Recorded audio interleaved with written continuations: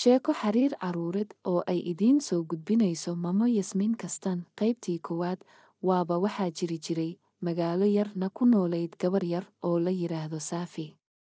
Saafi waxa ay ahayd gabadh yar oo qalbi wanaagsan, jeclaydna inay saaxiibo ku yeelato iskuulka ay dhigan jirtay. Hase ahaatee waxaa dhibi jiray mar walba iskuulka ardayda la dhigato.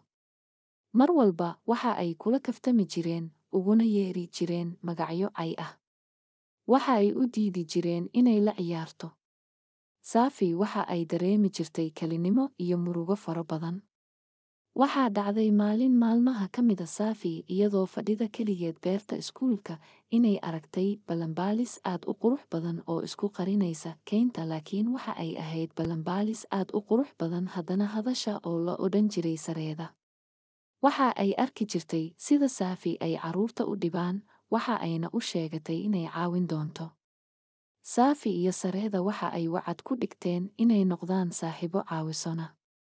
La soco qaybta labaad ee Awoodda Saaxiibtinimada.